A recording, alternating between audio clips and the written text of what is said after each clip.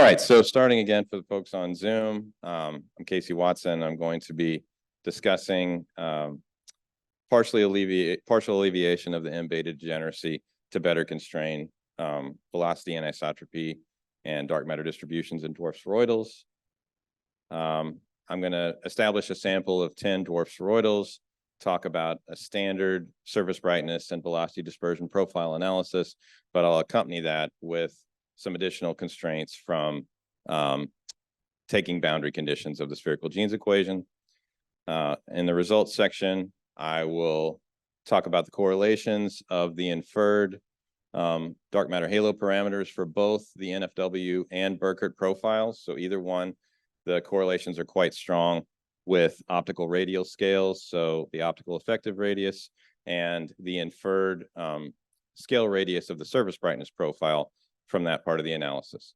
Then I'll go through more detailed examination of 4 dwarfs, which are characteristically shown to inhabit, by previous studies, shown to inhabit either an NFW halo for the first 2, Carina and Draco, or a Burkert halo for the last 2, Fornax and Sculptor. Finally, I'll compare the best fit velocity anisotropy profile averaged over the visible stellar distribution to the same parameter inferred from Gaia data to see if that can help further discriminate between Burkert and NFW models. And then I'll summarize and conclude. So first, looking at the sample. So this isn't the only one, but there are many examples of velocity dispersion data sets for the 8 so-called classical dwarf spheroidals, which are simply the brightest and the biggest and the longest known about. So these 8, this set of data specifically is from Geringer, Samuth et al., 2015. Also from the same paper are 12 ultra faint dwarf spheroidals, which are significantly dimmer and often, have much sparser data as a result. Okay, so what I want to go through now is what can we exclude, or what is it prudent to exclude based on sparse data. So that would be these 5, and the reason is because, or some of the reasons, you have most of the data is statistically consistent with 0. Those 2 bend points are not consistent with 0, and they're quite close together. So you have, and then you can see that theme repeated in these others that I've excluded.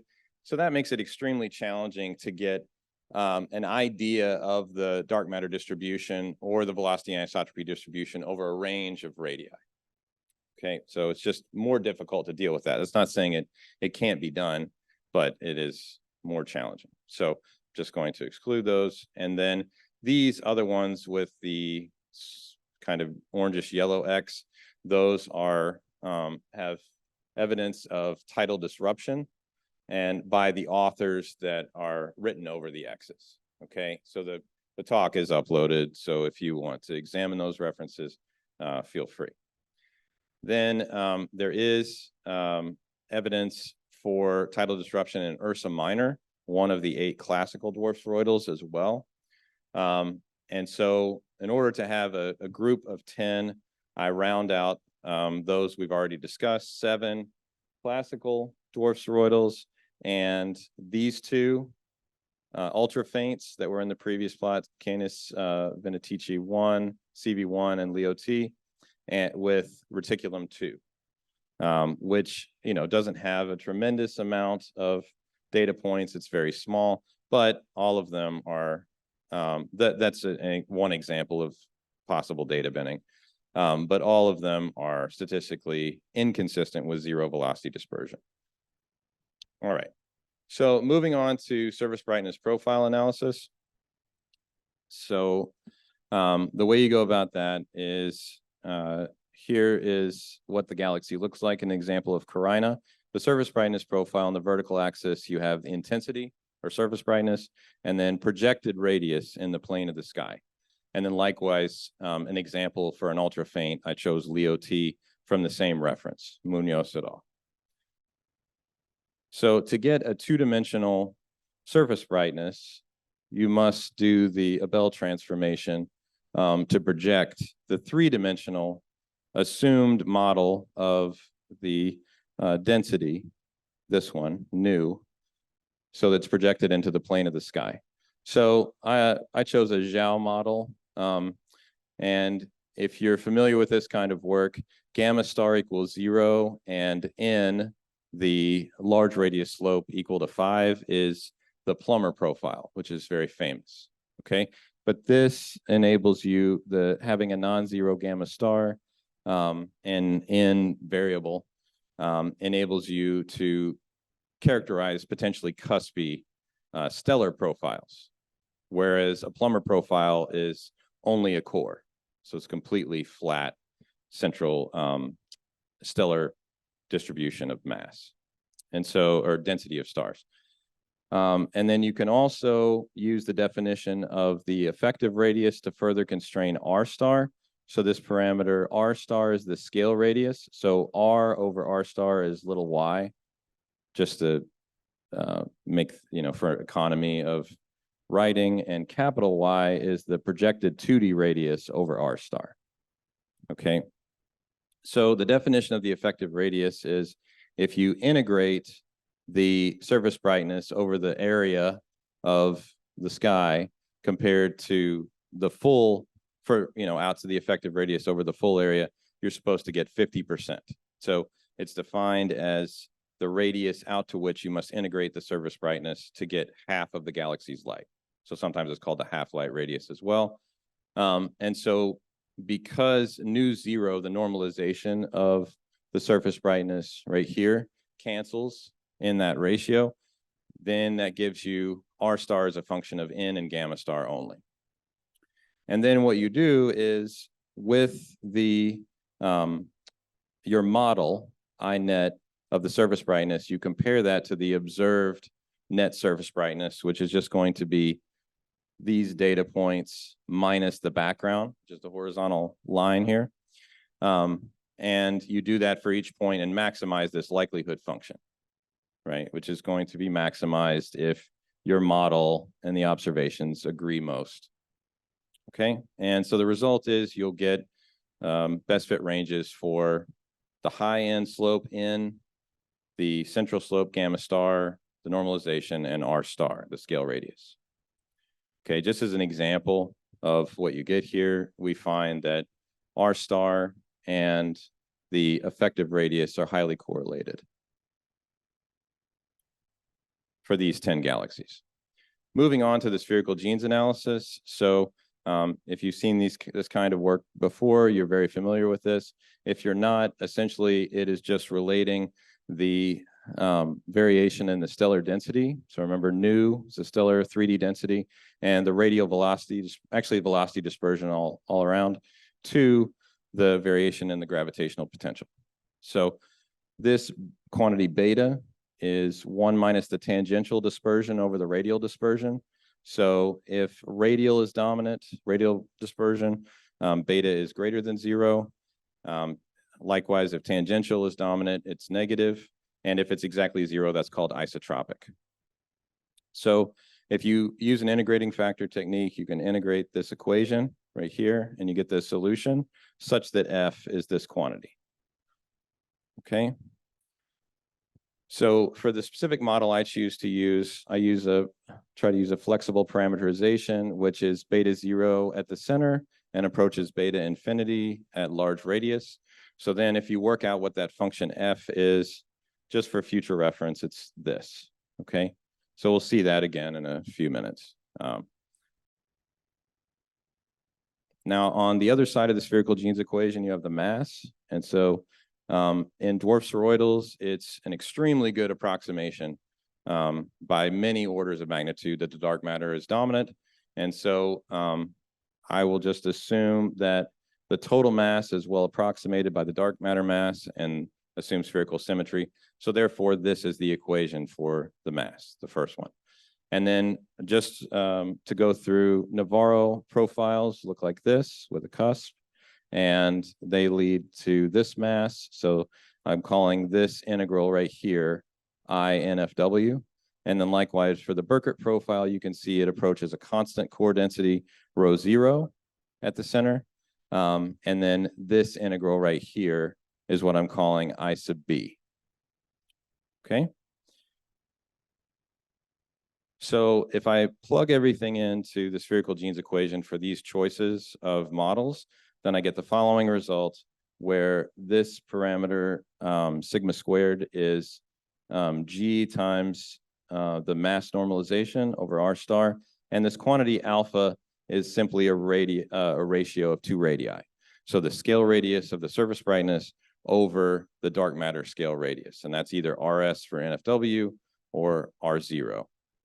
Okay, and I just go through and show exactly what the solution is to the spherical genes equation for this particular choice of models, and K and L are those forms there.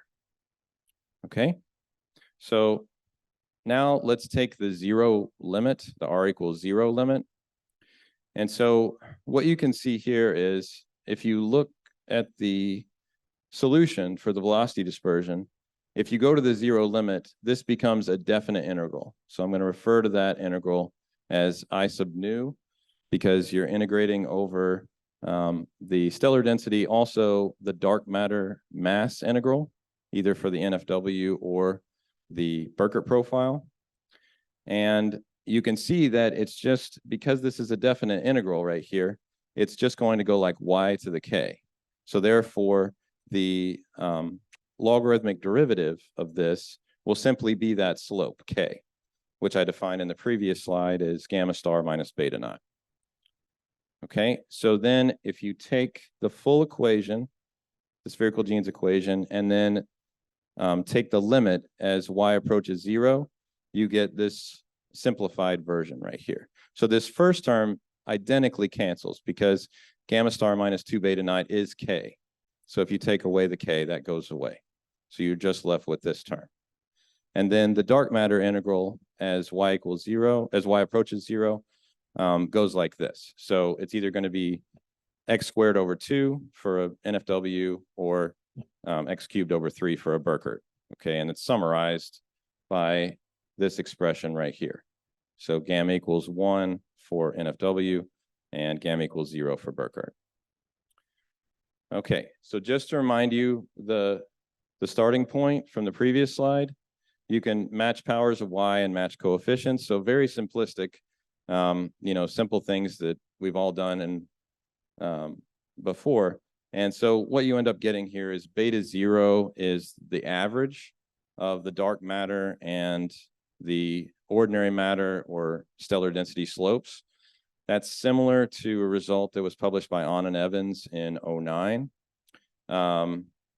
But one thing I wanted to point out is for gamma equals 1 for the Burkert or for the NFW profile, that is going to make the central anisotropies significantly more radial for the NFW profile than for the Burkert profile.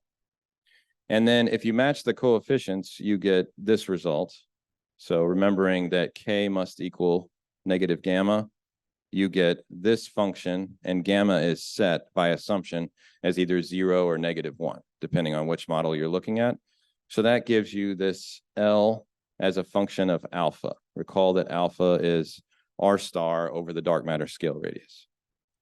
Okay, so this sets a contour of possible solutions for beta infinity, that parameter, depending on what alpha and n are. Okay.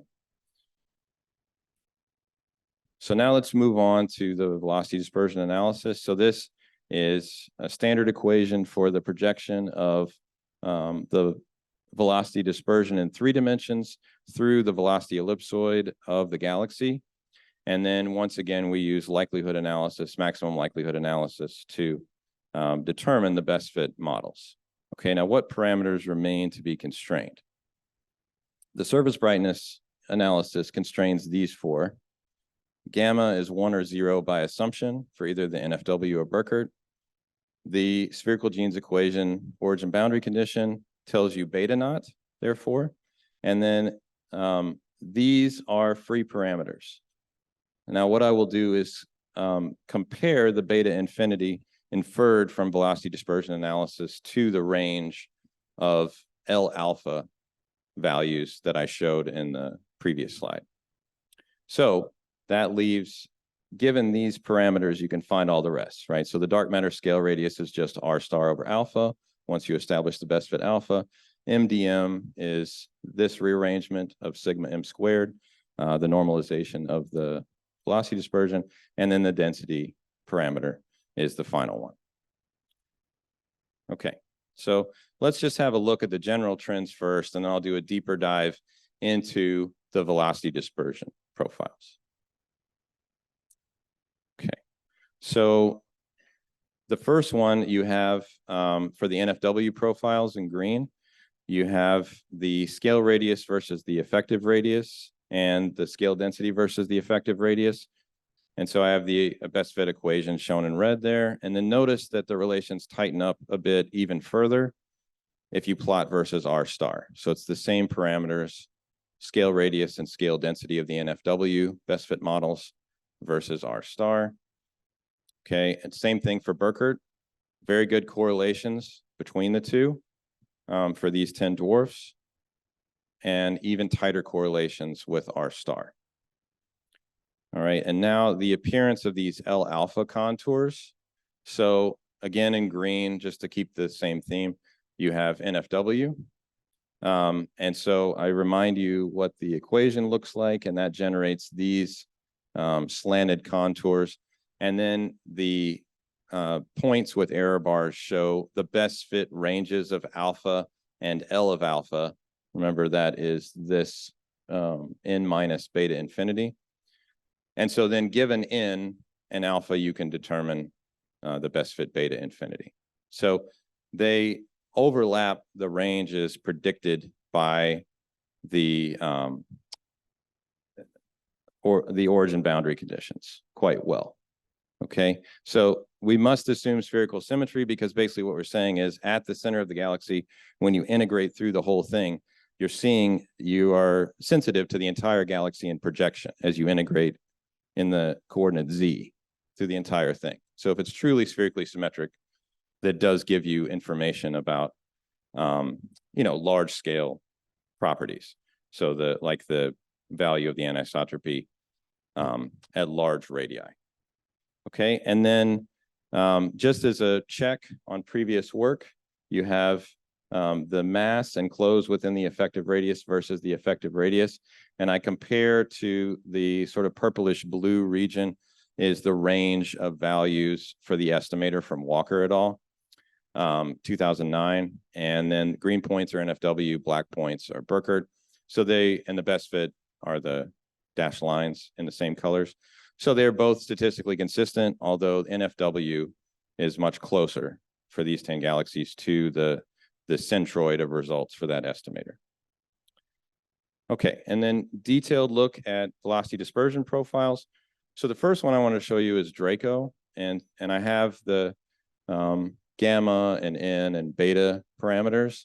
The key thing I want to show you is for NFW, so NFW is favored by a relative likelihood of about 10 to the 3 for this galaxy over the Burkert model.